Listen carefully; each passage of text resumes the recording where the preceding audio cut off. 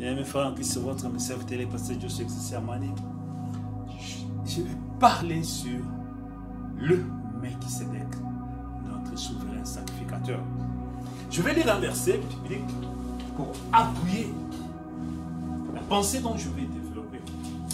Dans Hébreux chapitre 7, qui est, je vais lire quelques versets, on dit, en effet, c'est Melchisedec, roi de Salem, sacrificateur de Dieu, du Dieu très haut, qui alla au devant d'Abraham lorsqu'il revenait de la défaite du roi et qu'il est béni.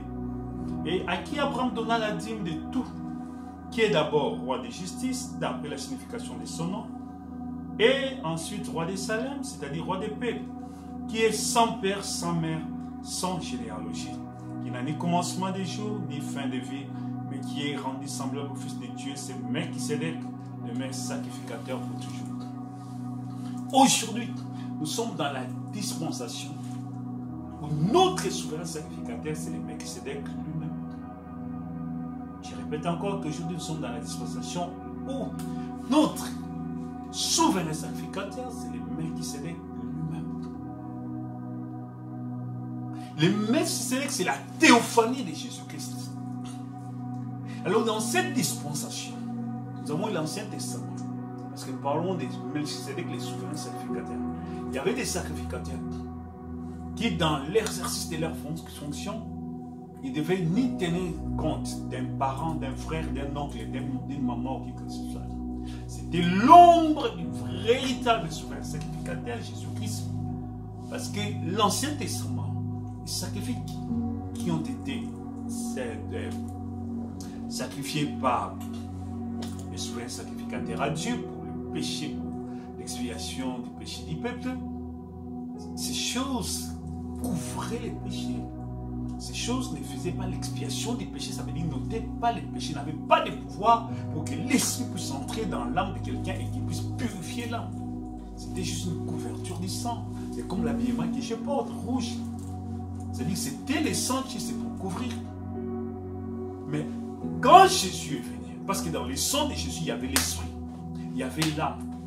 Alors quand le sang de Jésus a été versé sur la croix pour le purifier, l'esprit pouvait sortir et entrer par les baptêmes du Saint-Esprit dans l'homme et ôter les péchés. C'est ça la circoncision du cœur.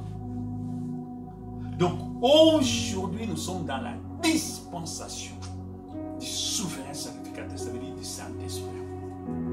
La personne du Saint-Esprit. Alors pour entrer dans cette sacrificature, il faut aussi être le fils du Melchisedec. Ça veut dire quoi? Être baptisé du Saint-Esprit, recevoir l'esprit de Melchisedec avec toi. Parce que quand il y a changement de loi, il y a changement de sacrificature, il y a changement de sacrificateur, il y a aussi changement de sacrifice. Dans l'Ancien Testament, c'était les animaux. Dans le Nouveau Testament, le sang de Jésus-Christ qui a accompli une fois pour toutes et nous a amenés à la perfection. Parce qu'il dit dans la parole de Dieu que par une seule offrande, il nous amena à la perfection. Il nous a amené tous les saints à la perfection. Donc aujourd'hui, nous, des hommes de Dieu, les serviteurs de Dieu, nous sommes appelés à travailler sous l'onction, ou l'autorité, ou la roulette de la sacrificature de Melchisedec. Alors là, j'interpelle les serviteurs de Dieu qui travaillent comme ici à l'Occident. Il y a des églises White Church, des églises des Blancs, Black Church, des églises Latino Church. Ça veut dire une église qui a une coloration raciale, qui a une identité raciale. Je ne sais pas quelle partie du ciel où ces gens-là vont se retrouver, qui vont se retrouver qu'eux seuls. Parce qu'il y a un Christ. En Christ, dans le nouveau souverain sacrificateur, la Bible dit qu'il n'a ni père ni mère, il n'a ni généalogie. Même en Afrique, vous allez voir une église, si les pasteurs est de telle tribu, c'est toute l'église qui appartient à cette tribu-là. Si les pasteurs est de telle tribu, cette église-là aura la coloration tribale de ces pasteurs. Et avec ça, on croit qu'on va aller au ciel. Et avec ça, on croit, et il y a même des tribus qui pensent que non, et ce sont des chiffres, et ce sont des... C'est-à-dire sans le salut, sans quoi? Parce que vous êtes telle tribu, donc vous irez au ciel. Mais ça, c'est faux. Il y a d'autres même qui pensent que non, leur langue, dans chaque pays en Afrique, leur langue, c'est proche de l'hébreu, parce qu'ils sont des hébreux. Ça ne dit absolument rien. Vous irez en enfer si vous ne croyez pas Jésus notre Seigneur Sauveur. Si vous n'êtes pas baptisé d'eau du Saint-Esprit, vous irez en enfer. Parce que le salut n'est pas une coloration raciale. J'aime pas quelqu'un parce qu'il est de ma tribu. J'aime pas quelqu'un parce qu'il est de ma race. J'aime pas quelqu'un parce qu'il est de... Non. La Bible dit, aimons-nous les uns les autres, aimez tout le monde. C'est ça le christianisme. Le christianisme, c'est le soleil qui s'élève sur toute la race de la terre. C'est toutes les races de la terre. Pas de la race, ça veut dire que je place toute la terre sur une même race, ça veut dire les humains, la race des humains. Le christianisme, c'est le cœur soleil qui rayonne sur tout le monde, qui aime tout le monde, qui s'ouvre à tout le monde, qui tend la main à tout le monde. Pas seulement à cause de la couleur de ma peau. S'il y a d'autres qui font ça, moi je ne suis pas là. Moi je suis la parole de Dieu. Moi je suis Jésus. Je marche sur les pas de Jésus. La Bible dit, faites pleuvoir la pluie sur les bons et sur les justes. Sur les noirs, sur les blancs, sur les rouges, sur les jaunes. Il fait grâce à qui il veut. Et pourquoi nous devons détester nos frères? C'est ça qui tue l'homme, c'est ça qui tue l'humanité. Parce qu'il n'est pas de ma race, parce qu'il n'est pas de ma culture, parce qu'il n'est pas de mon pays, parce qu'il n'est pas de... Donc je ne l'aime pas, je ne le soutiens pas. Mon frère, avec un cœur comme ça, si tu es passé, tu n'iras pas au ciel. Tu n'iras pas au ciel. Nous devons nous aimer les uns les autres, parce que nous sommes sous la sanctificature. Le mec qui se décrit lui-même. Et sous cette sanctificature, il n'y a ni généalogie. Il n'y a ni frère ni sœur. Nous tous nous sommes fils d'un même père. Je ne considère pas quelqu'un parce qu'il y a un lien biologique avec lui. Je ne m'attache pas à quelqu'un à cause des liens. Actuellement, il y a pas mal de gens.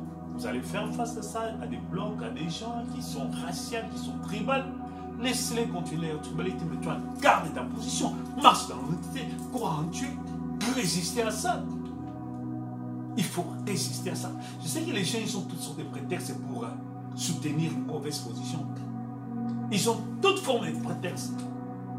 Même s'appuyer sur la Bible pour soutenir une fausseté.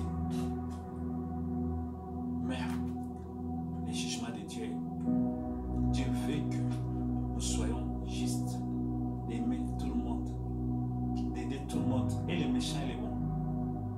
Et les gens du bien et les gens du mauvais. Aidez-les tous. Parce que nous n'aidons pas pour que l'homme à qui nous apportons l'assistance puisse nous aider. Nous aidons afin que Dieu puisse nous aider. Que Dieu puisse nous récompenser. Donc quand nous mettons notre trésor au ciel, nous comptons à Dieu.